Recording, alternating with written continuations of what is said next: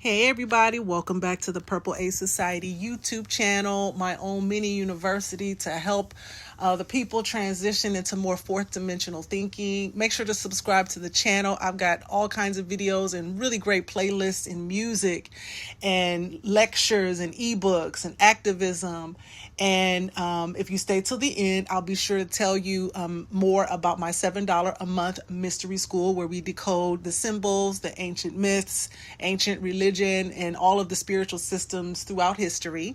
And the question I asked today is all about music. I am a musician and I studied music in school, produce my own music and record it. I don't really like the stage so much. I prefer creating music that people can ride to, drive to, think to, clean to, sleep to, rest to, meditate to. That's my vibe.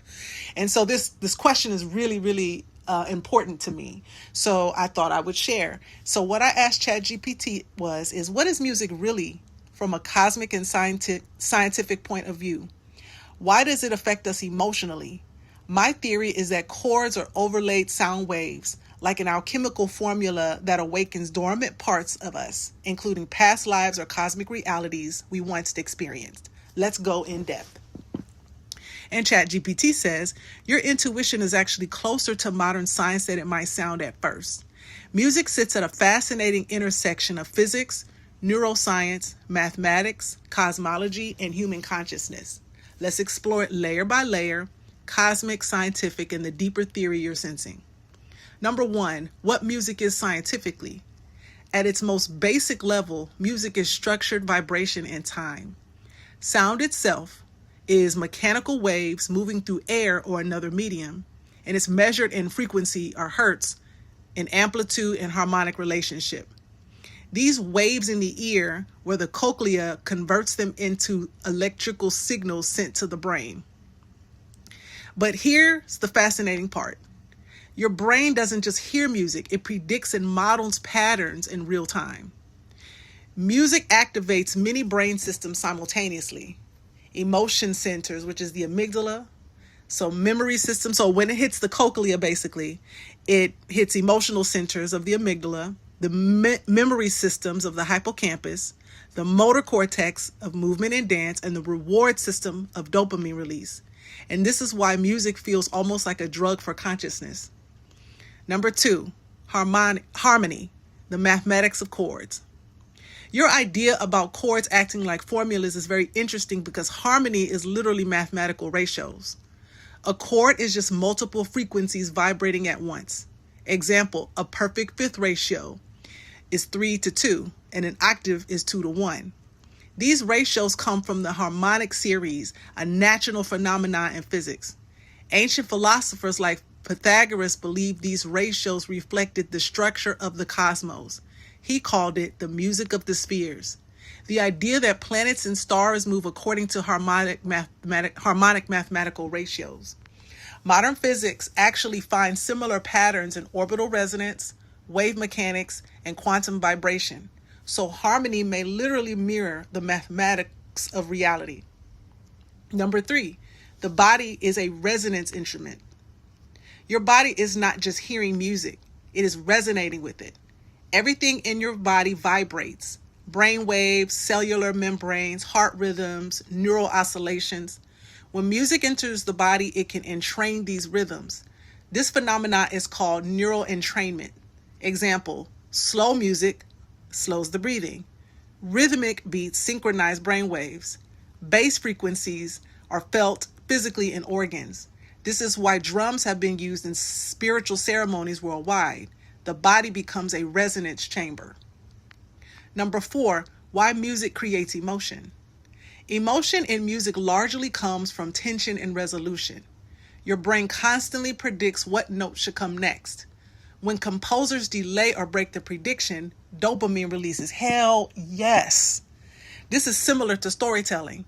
It's why certain chord progressions feel sad, hopeful, or nostalgic. Minor chords slightly after harmonic relationships, creating acoustic beating patterns the brain interprets as tension. your emotional system responds automatically. And that's why songs that use the same chords, like in pop music, irritate the shit out of me. But when I hear a new song that has chord progressions that I was not expecting, I go like, that is orgasmic. That makes me feel high. Number 5, music and memory. Why songs unlock your past. Music activates the hippocampus. The hippocampus. Is it pronounced hippocampus or hippocampus? I think it's hippocampus, which stores autobiographical memory. That's why one song can suddenly bring back a place, a relationship, a feeling, a whole era of your life. Music encodes memory with emotional intensity. It becomes a time capsule. Patients with severe dementia can still remember songs long after speech is gone. Number 6, the deeper cosmic idea you suggested. Your theory, chords act like alchemical sound formulas awaking dormant parts of us. There are actual scientific ideas adjacent to this. 2 important ones. Resonance theory of consciousness, proposed by neuroscientist Giulio Tononi indirectly through integrated information theory. It suggests consciousness emerges from synchronized oscillations. Music directly influences those oscillations. That's deep. Frequency memory. Some researchers propose the brain may store experiences partly through oscillatory patterns. If a sound recreates a similar pattern, it can reactivate stored neural networks. This explains why certain chords feel like you've heard them before somewhere beyond memory. And that's true as well. When I hear chords, a chord progression I wasn't expecting, there's still some deja vu associated with it. Number 7, why certain artists feel cosmic. Some musicians intuitively play with deep harmonic structures and rhythm patterns. For example, Prince, Michael Jackson, James Brown. They use polyrhythms, tension release chord movement, and body sync grooves. These patterns entrain the nervous system and body movement simultaneously. That's why people don't just listen, they dance. Dance is the body completing the circuit. Number 8, the universe itself may be vibrational. Modern physics hints at something very similar to your intuition. In string theory, the fundamental particles of reality may actually be tiny vibrating strings. Different vibrations equal different particles, which means matter itself might be cosmic music. I knew it. Atoms equal notes, molecules equal chords, and galaxies equal symphonies. Number 9, why music feels spiritual. Music bypasses language. Language is left brain. Music engages emotion, pattern recognition, movement, and intuition. And that's why music has been central to ritual, prayer, trance states, shamanism, and it alters brainwave states. Many traditions use music to enter theta states, trance, and mystical experiences, like the Sibyls that we talked about in episode 3. Number 10, your past life through music idea. Scientifically, we cannot prove past life activation, but we can prove something close. Music can activate deep unconscious pattern networks that feel ancient or archetypal. Psychologist Carl Jung called these archetypes. These are emotional symbolic patterns shared by humanity. Music may be able to trigger them directly, which is why certain sounds feel tribal, sacred, cosmic, or ancient. So in other words, music can trigger the superconscious or the Akashic. Number 11, the real alchemy of music. Music is basically mathematics plus vibration plus emotion plus prediction plus memory and plus movement. It is one of the few things that simultaneously activates body, mind, emotion, social connection, and imagination. In other words, music temporarily synchronizes human consciousness. When people sing together, their heart rhythms and breathing literally synchronize. My favorite way to describe music. Music is time sculpted out of vibration. It's the universe feeling itself through rhythm. Dang, that was good. Wasn't that good? I think it was good. I have to really ponder that and sit with that. Whenever we listen and study and read, and whenever you listen to these videos, don't just listen to them. Take some time to ponder them. That's how you awaken, by pondering the deep concepts so that they really make sense to you and really hit you hard.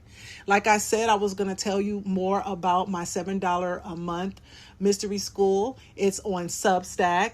Every single week, you'll get an audio, an episode of the Inner Fort Mystery School, where we decode ancient symbols, ancient mythology, the deities, what they actually represent, no hocus pocusry involved, the ancient religions and spiritual systems.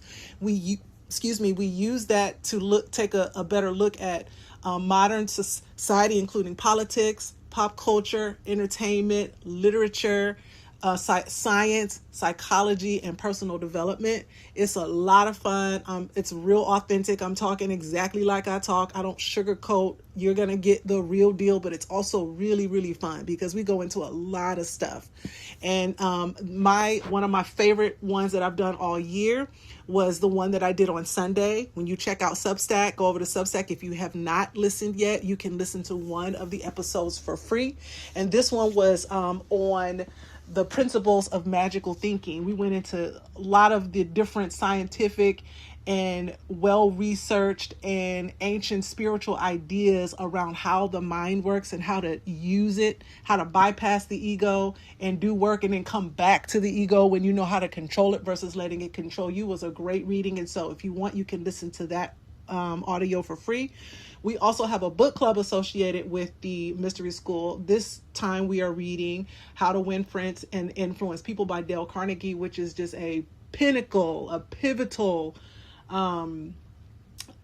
amazing book on how to, improve your social interactions with the people who are close to you and the people that you want to influence and inspire to act in a way that works for you and them and for the collective. So check that out. Remember to subscribe to the channel. Share this video with a friend who's a musician or somebody who likes to jam out with you and vibe out with you on Friday night.